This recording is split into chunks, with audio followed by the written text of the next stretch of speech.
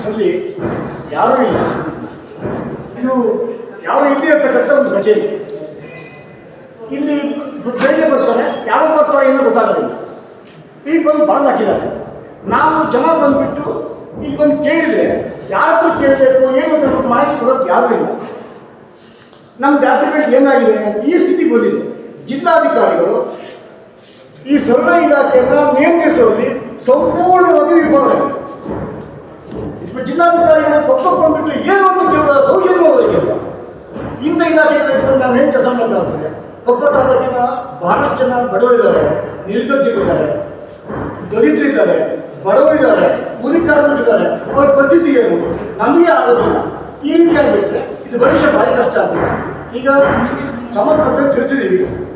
D ಎಲ್ಲ AD ಎಲ್ಲ ಬಂದುಬಿಟ್ಟು ಈ ಸಮಸ್ಯೆ ಬಗೆಹರಿಸ್ಕೊಡದೆ ಹೋದರೆ ನಾವು ಬಿಡೋಕ್ಕಾಗೋದಿಲ್ಲ.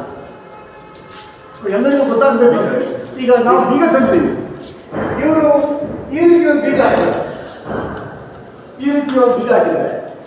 ಪಾವತಿ ರೀತಿಯಾಗಿ ಈಗ ಹೊರಗಡೆ ಇರ್ತಕ್ಕಂಥ ಕಂಪ್ಯೂಟರ್ಗಳನ್ನು ಅಥವಾ ಬೆಲೆ ಬಾಳುವ ಫೈಲ್ಗಳನ್ನು ಯಾರು ತಗೊಂಡು ಹೋದರೆ ಯಾರು ಜವಾಬ್ದಾರರು?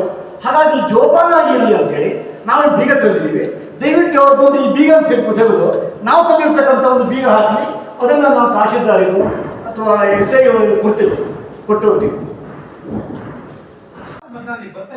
ಹೇಳ್ತೀನಿ, ನಮ್ಮ ಫ್ಯಾಮಿಲಿ ನಮ್ದೇ ಕೆಲಸ. ನಿಮ್ಮ ಕೆಲಸ ಯಾವ್ದು ಮಾಡ್ಕೊಟ್ಟಿಲ್ಲ ಸರ್. ನಾನೊಂದು 100 ಜನ ಉದಾಹರಣೆ ಕೊಟ್ಟಿದ್ದೆ ಸರ್. ನನ್ನ ಬಗ್ಗೆ ರೈತರಿಗೆ ಯಾರಿಗಾದ್ರೂ ನಿಮ್ಮ ಬಗ್ಗೆ ನಾನು ಹೇಳ್ತಿಲ್ಲ ಸರ್. ಇದು ಆಫೀಸಲ್ಲಿ ಕೇಳಕ್ಕೂ ಯಾರು ಇರೋದಿಲ್ಲ. ಕೆಲವು ಜನ ಇನ್ನು ಇರ್ತಾರೆ ಹೋಗಿ ಸರ್. ಇವತ್ತೊಂದು ಎಫೆಕ್ಟ್ ಆಗಿದೆ, ಇರ್ತಾರೆ. Okay, thank you sir. Supervisor ಆಗಲಿ, ನಾನಾಗಲಿ